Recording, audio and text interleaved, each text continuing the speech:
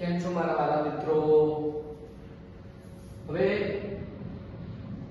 Chapter 1 વાસ્તવિક સંખ્યાઓ બરોબર છે. હવે એની અંદર આજે આપણે વાત કરવાની સ્વાધ્યાય 1.2 બરોબર છે. એમાં પહેલો ક્વેશ્ચન છે સાબિત કરો કે √5 કે એ અસમય છે કે બરોબર છે. ધારો કે આપણે એક ધારણા કરીએ બરોબર છે.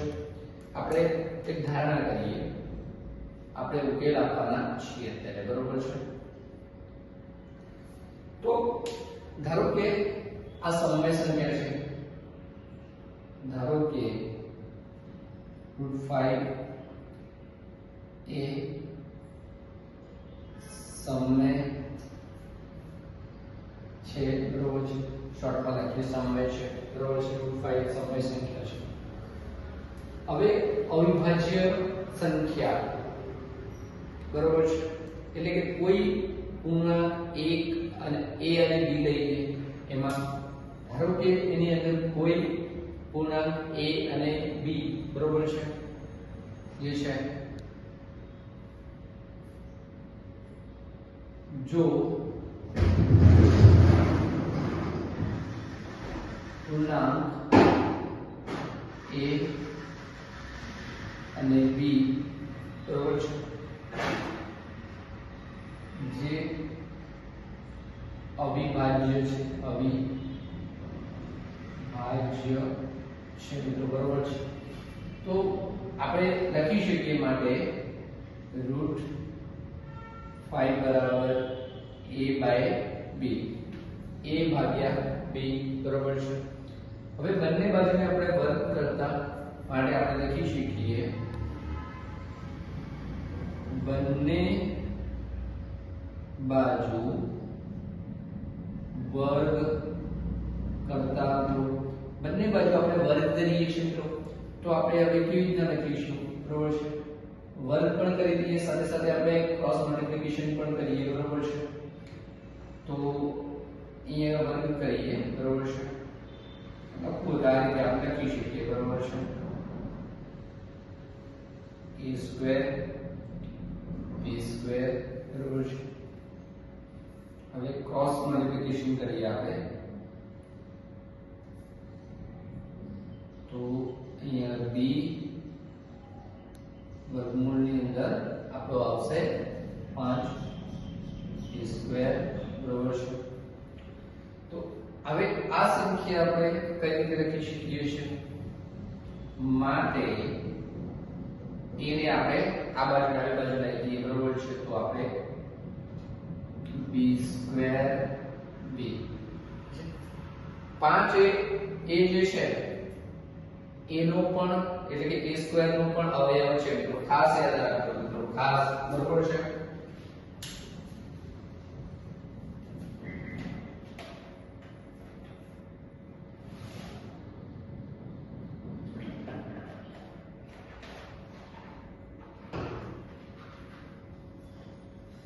ચાલો અહીંયા આપણે માટે અથવા આમ 5 a² નો અવયવ છે બરોબર છે. હવે આ દાખલાને આગળ લઈએ આપણે બરોબર છે.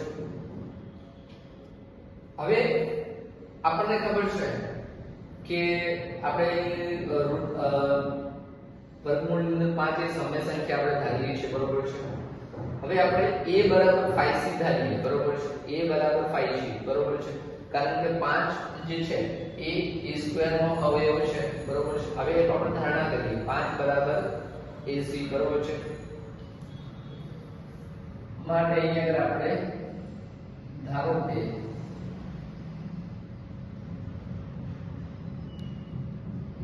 a બરાબર 5c બરોબર છે, જે સમીકરણ ની અંદર આપણે મૂકીએ બરોબર છે. આ સમીકરણ આ સમીકરણની અંદર મૂકીએ, લાસ્ટ સમીકરણની અંદર, તો આપણને કઈ રીતે મળશે બરોબર છે.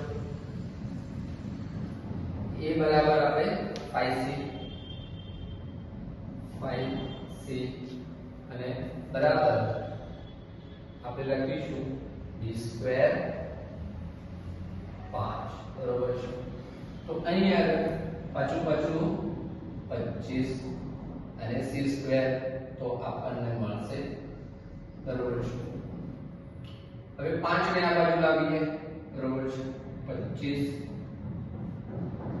5 b² તો 5 5 ગયા તો અહીંયા આગળ આપણા બચ્યા 5 બરોબર છે. તો આપણે લખી શકીએ 5² આપણે આ રીતે પણ આને લખી શકીએ બરોબર છે. ડન છે. તો 5 એ b² નો પણ અવયવ છે. આપણે કહી શકીએ આમ 5 એ b² નો